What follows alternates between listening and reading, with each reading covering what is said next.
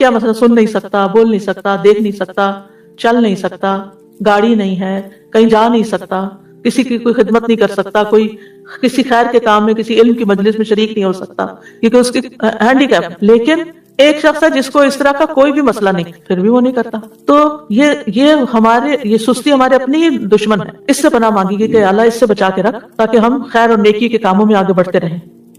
پھر سوء الکبر کی بات بھی ہے، بڑھاپا، سخت بڑھاپا، کیونکہ اس میں بھی انسان کی عقل چلی جاتی ہے، سوچ بچار میں خرابی ہو جاتی ہے، اور دیگر بہت سے امور یعنی دوسروں کے لیے تکلیف دہ ہو جاتے ہیں. کوالٹی آف لائف نہیں رہتی بالکل. اور پھر سارے عذابوں میں سے جہنم اور قبر کے عذاب کی یہاں بات کی. یہ دونوں انتہائی سخت عذاب ہے. یعنی مرنے کے بعد جو پہلا عذاب ہے قبر کا وہ سخت ہے، اور آخرت میں جو سب سے بڑا عذاب ہے وہ جہنم کا ہے. پھر ایک اور دعا ہے، اللہم بک اصبحنا وبک امسینا وبک نحیا وبک نموت والیک المصیر. اور شام کے وقت اللہم بک امسینا وبک نحیا وبک نموت والیک النشور. اے اللہ، ہم نے آپ کے نام کے ساتھ صبح کی، اور آپ کے نام سے شام کی، اور آپ کے نام سے زندہ ہے، اور آپ کے نام پہ ہم مرتے ہیں، اور آپ ہی کی طرف لوٹنا ہے. تو یہاں صبح شام اللہ کی طرف لوٹنے کو یاد کروایا جا رہا ہے کہ یہ یاد رکھو واپسی بھی ہے ایک دن، ہمیشہ کے لیے نہیں آئے اس دنیا میں. یعنی صبح کے وقت ہم تیری نعمتوں اور تیری حفاظت کے ساتھ دنیا کے کام کاج کر رہے ہیں، اور تیری دی ہوئی نعمتوں کے ساتھ ہم چلتے پھرتے ہیں، سب کچھ کرتے ہیں. اور شام میں بھی ہماری یہ قوت قدرت باقی رہتی ہے، اور تیرے ہی نام سے ہم زندہ ہیں. یعنی جب تک تو زندہ رکھے ہم زندہ ہیں، اور تیرے نام کے ساتھ ہی ہم دنیا سے چلے جائیں گے.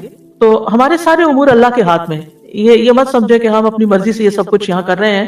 اللہ نے ہمیں اذن دیا ہوا ہے یا ہمیں رخصت دی ہوئی ہے تو ہم زمین پر یہ سب کچھ انجوائے کر رہے ہیں، اور یہ ہماری ملکیت نہیں ہے کوئی. اصل ملکیت اللہ ہی کی ہے، اور جس وقت چاہے وہ ان چیزوں کو لے بھی سکتا ہے. وَإِلَيْكَ النُّشُورُ، یہ بھی دن رات یاد کروایا گیا کہ واپسی کی تیری طرف جی اٹھنا ہے. یہ بھی انسان کبھی نہ بھولے. وَإِلَيْكَ الْمَصِيرُ، تیری ہی طرف واپس لوٹنا ہے. پھر ایک اور دعا ہے، یا حی یا قیوم برحمتک استغیث اصلح لی شأنی کلہ ولا تکلنی الی نفسی طرفۃ عین. اے زندہ، اے قائم رہنے والے، میں تیری رحمت کے ساتھ مدد چاہتی ہوں، میرے سب کام درست کر دے، اور پلک جھپکنے کے برابر بھی مجھے میرے نفس کے سپرد نہ کر. نبی صلی اللہ علیہ وسلم نے حضرت فاطمہ کو یہ دعا صبح شام پڑھنے کی تلقین کی تھی. حضرت فاطمہ سے آپ صلی اللہ علیہ وسلم نے فرمایا، جو میں تمہیں وصیت کرتا ہوں اسے سننے سے تمہیں کیا چیز مانے ہے. یعنی توجہ سے سنو، مراد ہے کہ تم جب صبح شام ہو تو یہ دعا پڑھو، یا حی یا قیوم برحمتک استغیث اصلح لی شانی کلہ ولا تکلنی الی نفسی طرفۃ عین. تو یا حی، اے ہمیشہ قائم رہنے والی ذات، یا قیوم، اے مخلوقات کے کاموں کو قائم رکھنے والی، اصلح لی شانی، میرے سارے حالات درست کر دے، ہر چیز میری ٹھیک کر دے، اور ولا تکلنی الی نفسی طرفۃ عین، مجھے بے یار و مددگار نہ چھوڑنا، مجھے میرے اپنے نفس کے بھی ایک لمحے کے لیے حوالے نہ کرنا، کیونکہ ہو سکتا ہے اسی لمحے میں پھسل جاؤں، تو میرے نفس کو تو قابو میں رکھ. پھر ہے حسبی اللہ لا الہ الا ہوا علیہ توکلت وہو رب العرش العظیم. سورۃ التوبہ کی آیت ہے، 7 دفعہ پڑھنی ہوتی ہے صبح شام. پھر بھی اگر وہ منہ موڑ لے تو آپ کہہ دیجئے، اللہ مجھے کافی ہے، اس کے سوا کوئی الہ برحق نہیں، اسی پر میں نے توکل کیا، اور وہ رب ہے عرش عظیم کا. ابو درداء فرماتے ہیں، جو شخص یہ دعا یعنی حسبی اللہ کی صبح شام 7 دفعہ پڑھے، اللہ تعالیٰ اسے تمام فکروں سے کافی ہو جاتے ہیں، اس کے فکر دور ہو جائیں گے. جی ہاں،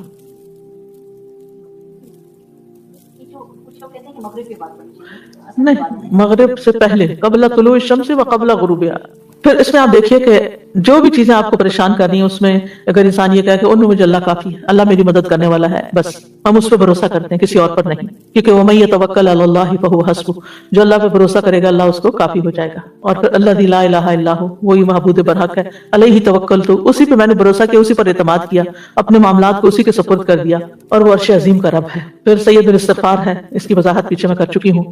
اللہم انت ربی لا الہ الا انت خلقتنی وانا عبدک وَأَنَا عَلَىٰ أَهْدِكَ وَوَعْدِكَ مَا اسْتَطَعْتُ أَعُوذُ بِكَ مِن شَرِّ مَا صَنَعْتُ أَبُوءُ لَكَ بِنِعْمَتِكَ عَلَيَّ وَأَبُوءُ بِذَنبِي فَاغْفِرْ لِي فَإِنَّهُ لَا يَغْفِرُ الذُّنُوبَ إِلَّا أَنْتَ.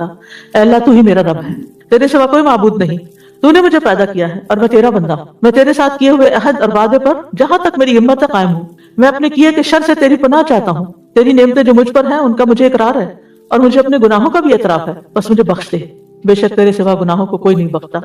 نبی صلی اللہ علیہ وسلم نے فرمایا، جو کوئی صبح کو ان کلمات پر یقین رکھتے ہوئے کہے گا تو اگر اسی دن شام سے پہلے اسے موت آ جائے تو وہ جنت والوں میں سے ہوگا، اور جو ان کو رات کو کہے گا اور وہ ان پہ یقین رکھتا ہوگا، اگر وہ صبح سے پہلے مر گیا تو وہ بھی اہل جنت میں سے ہوگا. تو اس دعا کو یعنی اس استغفار کو پکڑ لینا چاہیے. اس میں آپ دیکھیے کہ اللہ کو اپنا رب کہا گیا. اللہ تو ہی میرا رب ہے, تو نے مجھے پیدا کیا, تو نے مجھے رزق دیا, تو ہی میرے تمام معاملات کو درست رکھتا ہے. پھر شرک کا انکار, لا الہ الا انت, تیرے سوا تو کوئی الہ ہے ہی نہیں. خلقتنی, اس میں توحید کے پیچھے الوہیت آئی, اور خلقتنی ربوبیت آ گئی, تو نے مجھے پیدا کیا. وانا عبدک, اور میں تیرا ہی بندہ ہوں. وانا علی عہدک ووعدک ما استطعت, میں تیرے عہد اور وعدے پہ قائم ہوں جتنا مجھ میں استطاعت ہے. یہ کون سا وعدہ؟ عہد الست, الست بربکم, جب سب نے کہا تھا ہاں اللہ تو ہی ہمارا رب ہے. اعوذ بک من شر ما صنعت, میں تیری پناہ لیتا ہوں اپنے نفس کے شر سے, یعنی جو خرابی میں نے کی اور اس کا وبال مجھ پہ آنے والا ہے وہ مجھے, میں اپنے آپ کو پروٹیکٹ نہیں کر سکتا, مجھے تیری پروٹیکشن چاہیے. غلطیاں میری ہیں, کیونکہ جب آپ غلط کام کرتے ہیں تو اس کا خمیازہ تو بھگتنا پڑتا ہے. اللہ غلطی تو ہو گئی لیکن اب اس کی سزا نہیں بھگت سکتا, نہ دنیا میں نہ آخرت میں. اس کے لیے میں پھر تجھے ہی تھام رہا ہوں. میں اپنے کیے کے شر سے تیری پناہ چاہتا ہوں. یعنی ہر غلط کام کا ایک شر ہوتا ہے. تیری نعمتیں جو مجھ پر ہیں مجھے ان کا اقرار ہے, ساری نعمتوں کا. اگر انسان کو نظر نہیں آتی یا بار بار الگ الگ مینشن نہیں کر سکتا تو یہ دعا بہت کافی ہے. اللہ ساری نعمتوں کا میں اقرار کرتا ہوں جو بھی تو نے مجھ پر کی, چاہے میں ان کو جانتا ہوں چاہے میں نے جانتا ہی نہیں. یعنی ان نعمتوں کا بھی شکر ادا کرنا چاہیے جن کو ہم جانتے نہیں کہ وہ ہمارے لیے کام کر رہی ہیں. بس مجھے بخش دے, بے شک تیرے سوا گناہوں کو کوئی نہیں بخشتا, کوئی بخش سکتا ہی نہیں جب تک اللہ نہ بخشے. نبی صلی اللہ علیہ وسلم نے یہ استغفار سکھایا, پھر فرمایا جو کوئی صبح کو ان کلمات پر یقین رکھتے ہوئے کہے گا, اگر اسی دن شام سے پہلے اسے موت آ جائے تو وہ جنت والوں میں سے ہوگا. اور جو ان کو رات کو کہے گا اور ان پر یقین رکھتا ہوگا, اگر وہ صبح سے پہلے مر گیا تو بھی اہل جنت میں سے ہوگا. کتنی خوبصورت دعا ہے یہ. اب کچھ ایکسٹرا چیزیں ہیں جو 100 بار پڑھنے کی ہیں, جیسے سبحان اللہ العظیم و بحمدہ, اللہ بڑی عظمت والا ہے, اپنی تعریف کے ساتھ پاک ہے. رسول اللہ صلی اللہ علیہ وسلم نے فرمایا جو شخص سبحان اللہ العظیم و بحمدہ 100 مرتبہ پڑھے اور اسی طرح شام کو بھی 100 بار پڑھے تو اس کے برابر مخلوق میں کسی کا درجہ نہیں ہو سکتا. ایسا شخص درجوں میں سب سے اونچا ہے. تو اس سے یہ بھی پتہ چلتا ہے کہ 100 سے زیادہ بار بھی پڑھا جا سکتا ہے, کیونکہ اللہ تعالیٰ کی تسبیح پہ کوئی حد نہیں, کوئی قید نہیں ہے. یہ جو تسبیح ہے یہ ہم کے ساتھ ہے, اور جب ہم کے تعریف کے ساتھ تسبیح ہوتی ہے تو اس کا مطلب یہ ہے کہ اللہ تعالیٰ کو ہم ہر عیب نقص سے پاک قرار دے رہے ہیں. پھر ایک اور ذکر ہے سبحان اللہ الحمدللہ اللہ اکبر. بڑی خوبصورت حدیث اور بڑی آسان, اگر کسی کو اللہ توفیق دے عمل کی.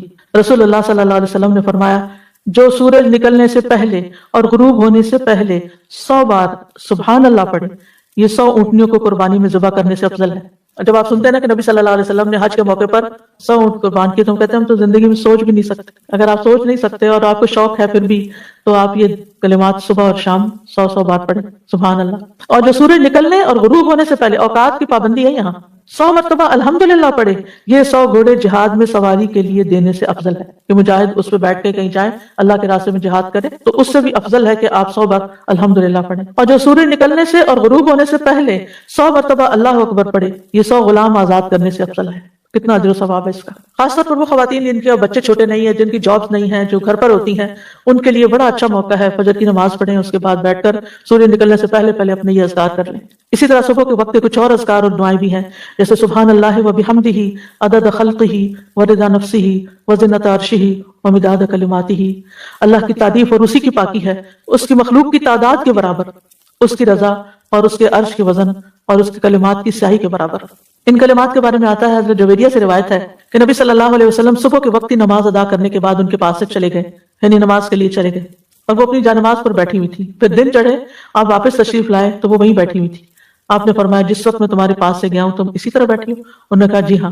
نبی صلی اللہ علیہ وسلم نے فرمایا میں نے تمہارے بعد ایسے 4 کلمات 3 بار کہے, اگر تمہارے آج کے کہے ہوئے کلمات کو ان کے ساتھ وزن کیا جائے تو ان کلمات کا وزن زیادہ ہوگا. سبحان اللہ و بحمدہ عدد خلقہ ورضا نفسہ وزنۃ عرشہ ومداد کلماتہ. آپ دیکھیے اللہ نے کیا کچھ پیدا کیا, کیا ہم گن سکتے ہیں؟ اس کے نفس کی رضا کیا ہے, ورضوان اللہ اکبر, سب سے بڑی چیز ہے.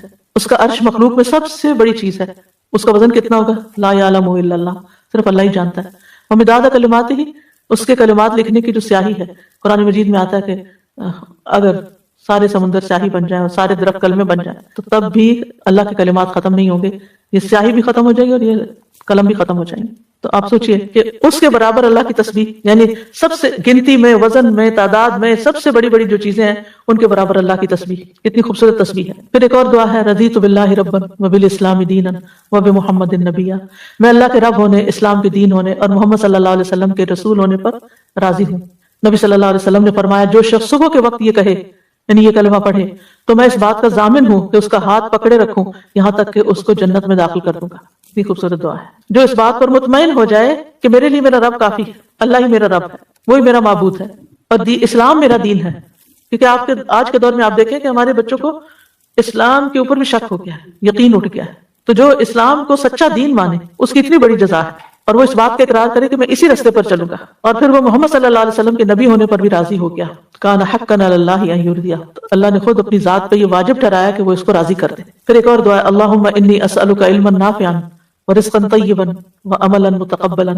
اے اللہ میں تجھ سے فائدہ دینے والے علم، پاک رزق اور قبول ہونے والے عمل کا سوال کرتا ہوں. حضرت ام سلمہ کہتی ہیں جب صبح کے وقت نبی صلی اللہ علیہ وسلم نماز سے سلام پھیرتے تو فرماتے اللہم انی اسألک علما نافعا ورزقا طیبا وعملا متقبلا. ہر روز انسان کو یہی چیزیں تو چاہیے ہوتی ہیں، فائدہ مند علم بھی چاہیے ہوتا ہے، اور پاک صاف حلال رزق بھی چاہیے ہوتا ہے، اور جو عمل وہ کرے اس کی قبولیت کی گارنٹی بھی چاہیے ہوتی ہے. اور اصل میں تو عمل مانگ رہے ہیں نا کہ اللہ نیکیوں کی توفیق دیتے. بالکل علم جو ہے وہ روحانی ضرورت پوری کرتا ہے ہمارا، اور رزق جو ہے کھانا پینا وہ جسمانی ضرورت پوری کرتا ہے. تو جب یہ تین چیزیں اس کا ٹارگٹ بنے گی صبح صبح، تو یہ تین چیزیں میں نے دن میں حاصل کرنی ہے، علم حاصل کرنا ہے، رزق کمانا ہے، اور پھر اچھے عمل کرنے. تو پھر وہ اپنے پلان کرے گا، دن کو ٹارگٹ سیٹ کرے گا. اور یہاں آپ دیکھیں کہ رزق سے پہلے علم نافع کا سوال کیا گیا سب سے پہلے. آپ دیکھتے ہیں کہ اکثریت ہماری علم نافع سے پہلے رزق کو رکھتی ہے. ٹھیک ہے وہ ضرورت ہے، لیکن اس سے یہ پتہ چلتا ہے کہ جہاں رزق کمانے کے لیے انسان کوشش کرتا ہے وہاں پر اس کو علم حاصل کرنے کی اس سے بھی زیادہ کوشش کرنی چاہیے. کیونکہ رزق کمانے میں تو سارے مددگار بن جاتے ہیں، لیکن علم حاصل کرنے میں آپ اکیلا ہی آپ کا شوق ہوتا ہے، آپ کو خود اسٹرگل کرنی پڑتی ہے.